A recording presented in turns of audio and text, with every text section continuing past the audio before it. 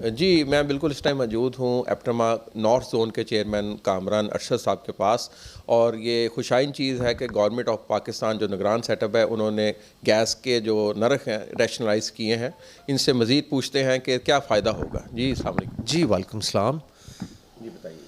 जी government ने care taker government ने gas prices रैशनलाइज़ किए हैं। रैशनलाइज से मुराद ये है कि एक तो मुल्क में नेचुरल गैस की किल्लत है, आपकी डोमेस्टिक गैस रैपिडली डिप्लीट हो रही है, और दूसरा आपको इंपोर्ट में जाना है।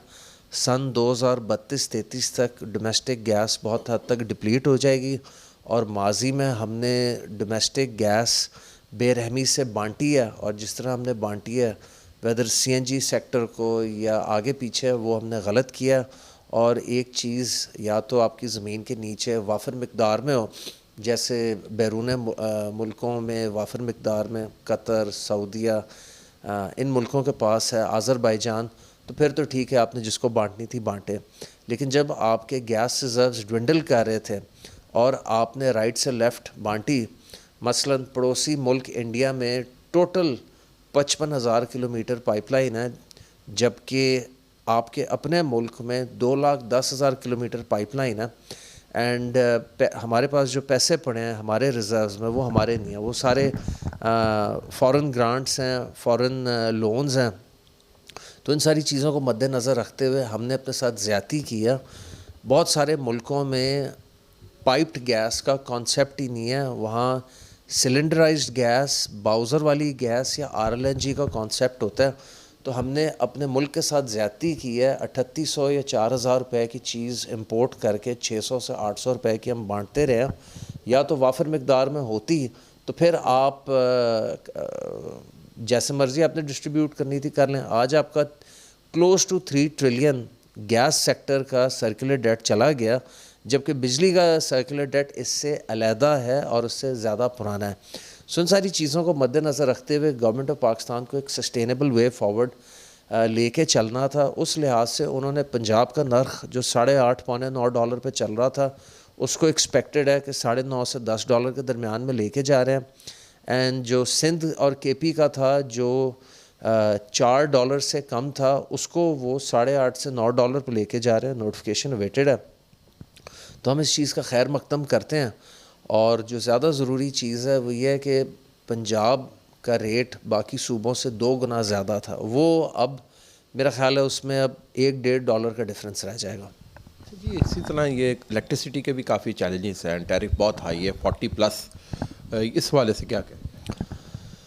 सर, बिजली का इशू ये है कि जितने आईपीपीज़ 2013 से 18 के दरमियान में लगे हैं, उनकी रीपेमेंट्स आपके सर पे हैं, उनकी कैपेसिटी पेमेंट्स आपके सर पे हैं। जो 2013 से पहले के आईपीपीज़ थे, उनके साथ तो गवर्नमेंट ने काफ़ी हद तक सेटल कर लिया, एक्सचेंज रेट उनके साथ लॉक कर लिया था। लेकिन वो आईपीपीज़ ने एक्सचेंज रेट लॉक करने का नाजायज़ फ़ायदा उठा के 20 ईयर सवरन गारंटी को 25 या 30 साल कर लिया। बहरहाल पुराने आईपीपीज़ के साथ आपका इशू सेटल हो गया था। जो नए आईपीपीज़ लगे हैं अंडर सीपैक, उनकी 10 ईयर रीपेमेंट है, उनके टैरिफ्स किस तरह डिटर्मिन हुए हैं, वो सारा बोझ अवाम पे है। एंड अफसोस की बात यह है कि सारे टैरिफ्स डॉलराइज्ड है, एंड उसके साथ साथ इनमें सारी जो लिटिगेशन या आर्बिट्रेशन है वो लंदन में होती है। तो हमने अपने हाथ भी कटवाए, पाँव भी कटवाए, और ये सारा इसमें कसूर माजी की हुकूमतों का है। तो ये आप समझते हैं कम हो सकते हैं नर्ख, या अभी फ़िलहाल नहीं इसके इलेक्ट्रिसिटी? क्या डिमांड है आपकी? सर, मेरा ख्याल है जो एनर्जी मिनिस्टर हैं मोहम्मद अली साहब एंड जो कॉमर्स मिनिस्टर हैं गौहर एजाज साहब, दोनों रियलाइज़ करते हैं कि 42 रुपए की बिजली इंडस्ट्री के लिए is too high, simply too high. अगर आप इसको 285 से तकसीम करें तो ये कोई रफली 13 से 14 सेंट की बिजली बनती है। तो 13 से 14 सेंट की बिजली बेमुकाबिल Sri Lanka, India, Cambodia, Bangladesh, Vietnam, China बहुत ज़्यादा है। आप अपनी महंगाई को एक्सपोर्ट नहीं कर सकते। इससे मुराद ये है कि आप महंगी बिजली ले के उससे अपनी प्रोडक्ट्स बना के कंपीटिंग मुल्कों से compete नहीं कर सकते। गवर्नमेंट में रियलाइजेशन ज़रूर है कि ये 42 रुपए की बिजली को फ़र्स्ट फ़ेज़ में 35 से 36 रुपए पे लाने की ज़रूरत है, और फिर सेकंड फ़ेज़ में 30 से 31 रुपए पे। ओनली इशू इसका गवर्नमेंट के पास उतना फिस्कल ब्रीदिंग स्पेस नहीं है। अगर उनके पास ब्रीदिंग स्पेस आ जाए तो गवर्नमेंट को इस बात का एहसास है।